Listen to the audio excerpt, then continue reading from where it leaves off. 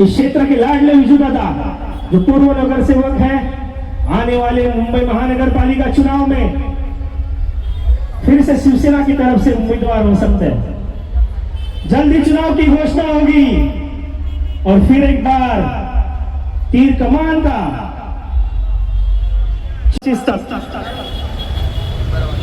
अविरत आपकी सेवा में दिन रात एक करने वाला यह शख्स, आप इनको कब भी फोन कर सकते हैं, दिन हो या रात हो, सुबह हो या शाम हो, 24/7 अवेलेबल।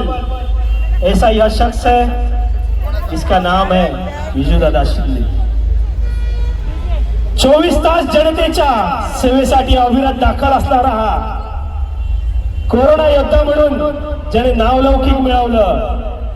मुंबईमध्ये जेव्हा कोविडची साथ पसरली होती त्यावेळेस या प्रभागातील जनतेसाठी योद्धा म्हणून लढणारा हा तुमचा आमचा आपला सर्वांचा लाडका दादा विजू दादा मी देखील या ठिकाणी आगमन झालेला आहे।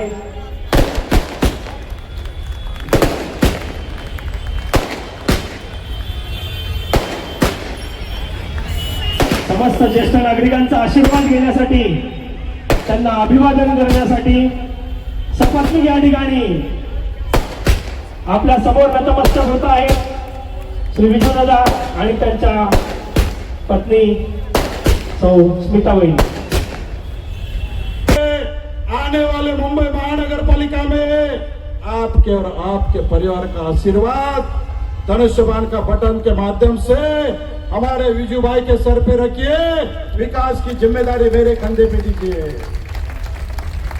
विकास की जिम्मेदारी मेरे कंधे पे दीजिए। धनुष्यबाण के माध्यम से आपका आशीर्वाद इनके सर पे रखिए। विकास करने की मेरी जिम्मेदारी है। आओ आपके चरण में नतमस्तक होते हुए आपको नमन करता हूं और आपको हाथ जोड़ रहा हूं। आने वाले मुंबई महानगर पालिका के माध्यम से आपका और आपके परिवार का आशीर्वाद धनुष्यबाण के माध्यम से विजू शिंदे के सर पे रखिए और आपके विभाग का चांदोली का चांदी जैसा विकास करने के लिए दिलीप मामा को सेवा करने का मौका दीजिए।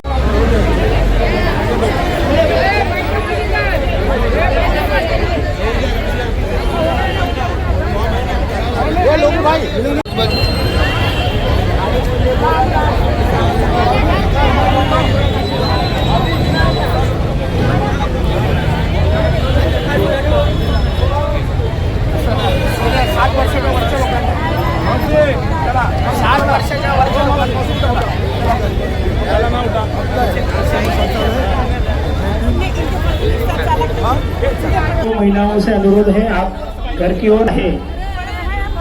जो है उधर सबको नहीं चाची, ओ चाची इनका मैसेज किया ना।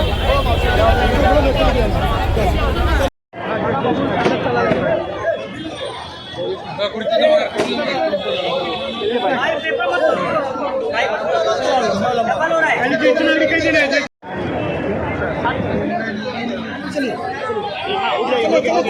हो गया, ये साइड से निकल जाइए। चलिए सीधा निकलिए, अलग से चलिए आगे चलो। नमस्कार, मराठी नेटवर्कमध्ये आपलं स्वागत आहे आणि आज आपण आलेलो वार्ड क्रमांक 161 ज्येष्ठ नागरिक आणि रिक्षा चालक मालक संघटनेचे जे वाहन चालक आहेत यांचा आज मोठ्या प्रमाणात विजू शिंदे यांनी सन्मान ठेवलेला होता आणि त्याच कार्यक्रमामध्ये आज आपल्याबरोबर रामभाऊ नेपाळी साहेब आहेत। तर जाणून घेऊया या कार्यक्रमाला उपस्थिती निर्माण काय रामभाऊ, आज ह्या कार्यक्रमात सन्मान कार्यक्रमाला आपली उपस्थिती आहे, तर काय सांगाल विजू शिंदे साहेबांना? ज्येष्ठ नागरिक आणि रिक्षा चालक मालक यांचा आज सन्मान होतो आहे आणि त्यांचा आशीर्वाद घेण्यासाठी हा कार्यक्रम आज नगरसेवक विजू शिंदे यांनी आयोजित केला आणि आपण बघताय की मोठ्या संख्येने लोक इथे उपस्थित आहे आणि ज्येष्ठ नागरिक आणि रिक्षा चालक मालक आणि शिंदे साहेबांच्या असंख्य लाडक्या बहिणी आज या कार्यक्रमाला उपस्थित आहेत आणि त्या विजू शिंदेवरचं हे प्रेम बघून खरोखर मलाही त्याचं किती कौतुक करावं तेवढं थोडं आहे. म्हणजे याचाच अर्थ विजय शिंदे प्रभागामध्ये चांगलं काम करतो आहे. शिवसेनेचे कार्यकर्ते कधी निवडणूक डोळ्यासमोर ठेवून काम करत नाही. 24/7 कधी तुम्ही रात्री 2 वाजता फोन करा, 3 वाजता एक शिंदे साहेबांचे किंवा एक शिवसेनेचे पदाधिकारी रस्त्यावर येतात. ॲडमिशन, हॉस्पिटल, काही काम, पोलीस स्टेशन, काही काम असेल तर शिवसैनिक हा रस्त्यावर येतो आणि मदत करतो. लोकांना मदत करणारा कोण असेल तो शिवसैनिक आहे. आणि आपण बघताय लोकांच्या सुखदुःखात विजय शिंदे सहभागी होतात. याचं हे उदाहरण आहे की हजारोच्या संख्येने लोक इथे उपस्थित आहेत.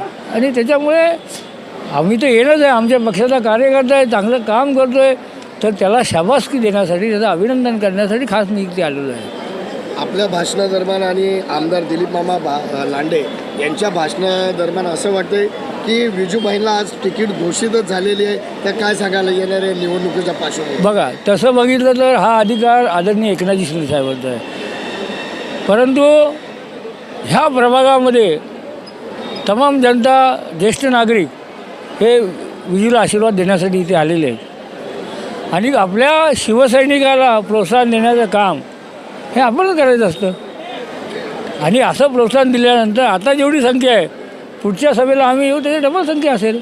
आणि म्हणून आम्ही त्याला प्रोत्साहन देण्यासाठी आम्हाला हे बोलावंच लागेल. आमच्या शिवसैनिकाला आम्ही प्रोत्साहन नाही द्यायचं तर कोणी द्यायचं. आणि विजूला खरोखर लोक प्रेम करतात. विजूवर चांगलं तो सुखदुःखात हजर असतो.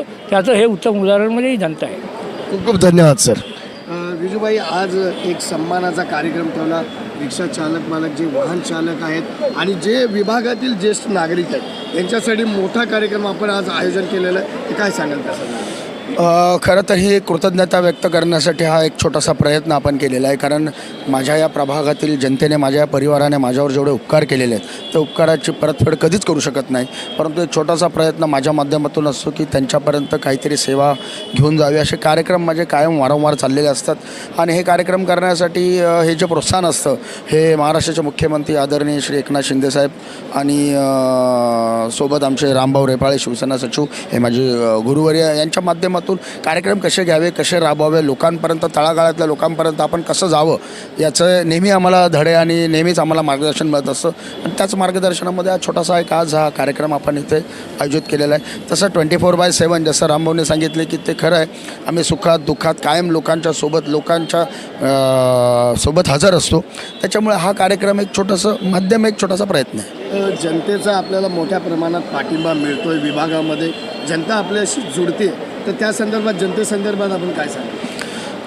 ही जनता जुडते असं म्हणण्यापेक्षा मी जनतेशी जुडलो आहे. कारण हा माझा परिवार आहे आणि या परिवारामधला मी एक मुलगा आणि भाऊ या नात्याने नेहमी काम करतो. मी कधी नगरसेवक म्हणून वावरलो नाही. मी एक कार्यकर्ता म्हणून, परिवाराचा, कुटुंबाचा सदस्य म्हणून नेहमी वावरत आलो. आणि त्याचंच हे प्रेम आहे आणि त्याचीच ही पावती आहे की आज नगरसेवकाचा कार्यकाळ संपून माझे 4 वर्ष झाले.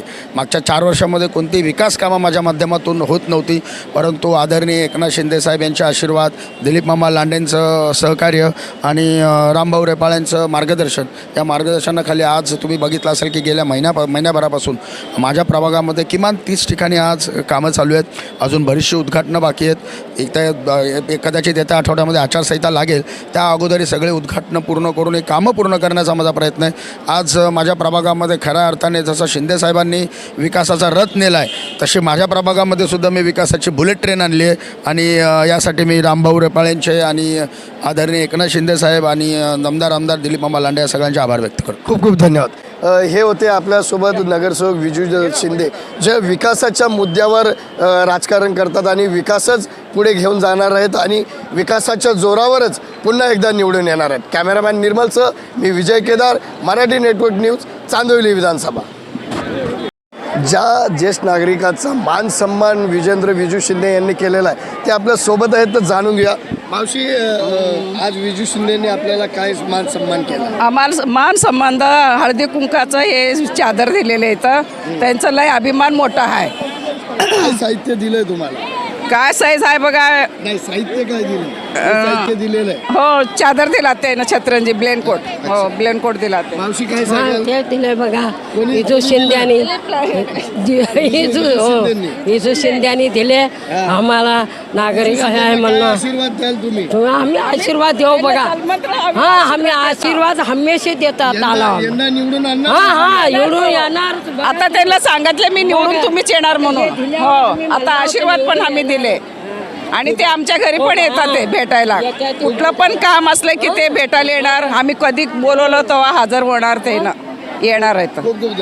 आज वार्ड क्रमांक 161 मध्ये माजी नगरसेवक विजेंद्र विजू शिंदे यांनी तुमचा मान सन्मान केला तर काय सांगा. त्यांनी हे सगळं ब्लँकेट देऊन आम्हाला सत्कार केला आणि मान्यता दिला. विजूभाई येणाऱ्या निवडणुकीमध्ये उभे राहणार आहेत तर तो तुमचं काय मत आहे की विजू शिंदे निवडून येणार निवडून येणार निवडून येणार नक्की. नक्की का काय सांगाल आपण. हा सर विजू शिंदे भरपूर काम करतात आणि त्यांनी सर्वांचा सन्मान केला त्याच्यामध्ये आनंद आहे आणि असंच करत राहू आणि 100% निवडून येतील. काय आशीर्वाद आहे का नाही. आशीर्वाद आहे ना. हा. आशीर्वाद आहे. येणाऱ्या निवडणुकीमध्ये विजू शिंदेला वोट देणार. वोट देणार.